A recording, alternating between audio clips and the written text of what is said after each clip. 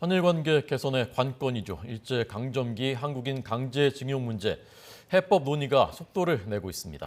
한일 외교당국이 오늘 도쿄에서 국장급 실무 협의에 들어갔는데 우리 측이 제시한 재단을 통한 배상 판결금 지급 방안을 놓고 집중 논의를 이어가고 있는 것으로 보입니다. 취재기자 연결되어 있습니다. 김세호 기자.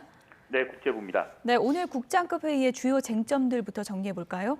네, 강제징용 해법 논의를 위한 한일 국장급 협의가 오늘 오전 9시 반 일본 외무성에서 열렸습니다.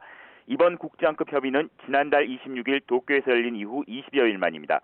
우리나라는 서민정 외교부 아시아 태평양 국장, 그리고 일본은 후나코시 다케히로 아시아 대양주 국장이 각각 협의에 나섰습니다. 우리 정부는 지난 12일 국회에서 열린 토론회에서 2018년 대법원의 배상 확정 판결을 받은 징용 피해자들이 별도의 재단을 통해 판결금을 지원받을 수 있도록 하는 안을 사실상 공식 제안했습니다. 서 국장은 이번 협의에서 우리의 이 같은 제안을 일본 측에 설명할 것으로 보입니다. 우리 정부는 토론회에서 수렴된 의견을 토대로 강제징용 배상 최종 해결안을 마련할 예정인 가운데 일본 측에도 성의 있는 호응 조치를 요구할 계획이어서 이에 대한 논의가 집중적으로 이어질 것으로 보입니다. 네, 일본 정부의 분위기는 어떻다고 합니까? 네, 미국을 방문해 미일 정상회담을 가진 기시다 총리는 지난 14일 회견에서 우리 측 안과 관련해 윤석열 대통령과 조속히 현안을 해결하기로 의견을 모으고 있고 외교 당국 간 소통을 이어가고 있다고 말했습니다. 또 전날 열린 미국 존스 홉킨스 강연에서도 가능한 빨리 한일 외교 현안을 해결하겠다며 북한의 위협에 맞서 한미일 안보 협력도 강화하겠다고 밝혔습니다.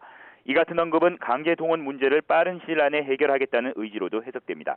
기시다 총리는 한일 간 현안을 매듭짓고 오는 5월 히로시마 G7 정상회의에 윤 대통령을 초대하는 방안도 검토 중인 것으로 알려졌습니다. 일본 정부는 강제징용과 관련해 1965년 한일 청구권 협정으로 이미 해결했다는 원칙을 고수하고 있습니다.